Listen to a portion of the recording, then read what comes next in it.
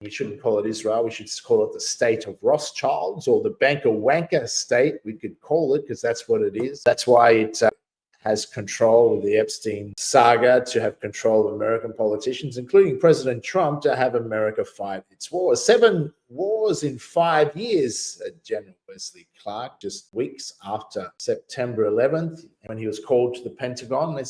He said, what? 7 wars in 5 years? That's the plan, he was told. Who benefited most from September 11th? That was Israel. And they told us that Saddam had those famous weapons of mass destruction. It turned out to be Netanyahu was telling some porkies way back then. He even misled the Australian Prime Minister, John Howard.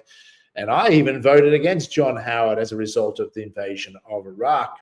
John Howard lost his prime ministership predominantly over that issue. I now predict that Donald Trump will lose his presidency over the Iran war.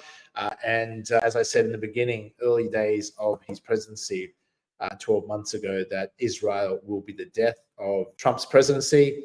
He supports them, Israel first, not America first. He will lose his presidency.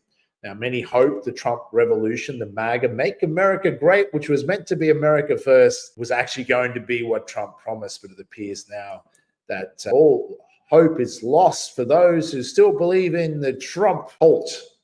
We warned a year ago that, unfortunately, as much as we wanted that revolution, much as we wanted America first, the world would be at peace if Israel was dumped. But Israel already knows it's getting dumped. The next president of the United States, that is, if there is ever a next president of the United States, will most likely be anti-Israel, as will most of the Western world. Any pro-Israeli puppets installed in the West, which that's what they are, we shouldn't call it Israel. We should call it the state of Rothschilds, or the banker wanker state, we could call it, because that's what it is. And Rothschilds, we just thought was a conspiracy theory, right? Even the Epstein files highlighted who he was working for, and that the Rothschilds were involved and behind the Ukraine war, which we'd already told you about, that they even were plotting to assassinate Putin or replace him.